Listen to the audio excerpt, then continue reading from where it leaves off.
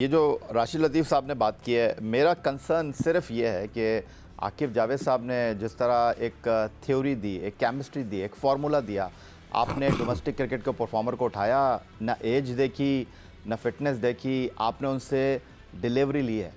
तो अब मसला यहाँ पर यह है कि अगर आकिब जावेद टीम के साथ चले जाएंगे तो वो जिस तरह बिहाइंड द सीन रहकर काम कर रहे थे, बेहतर फैसले कर रहे थे, क्योंकि माजी में भी ऐसा हुआ है।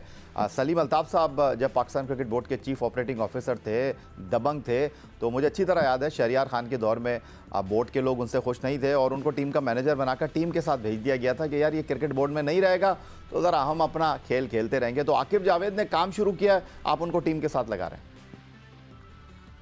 ऑब्वियसली अगर वो कोच आ रहे हैं तो जरूरी ये भी होगा कि उनकी सिलेक्शन के अंदर भी से हो। ठीक है। एट द सेम टाइम आके वो करना क्या चाह रहे हैं टीम के अंदर, ये बहुत इंपॉर्टेंट है।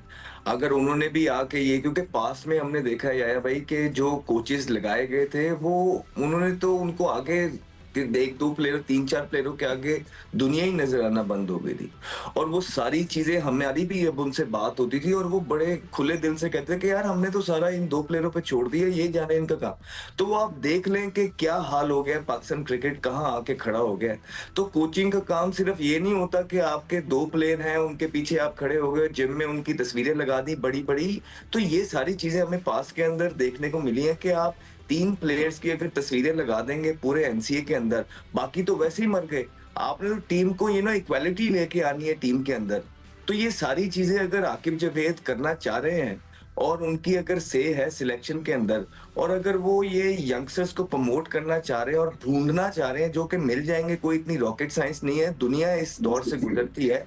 हम कहते हैं हमारे पास प्लेयर नहीं है भाई, जब मैं बोल रहा हूँ जब लोगों को बाहर करना होता है या कुछ ढूंढना होता है तो आप लोगों को मौके देते हैं। एक को देते हैं, दूसरे को देते हैं, तीसरे को देते हैं, लोग बन जाते हैं और एवरीबडी इज रिप्लेसेबल।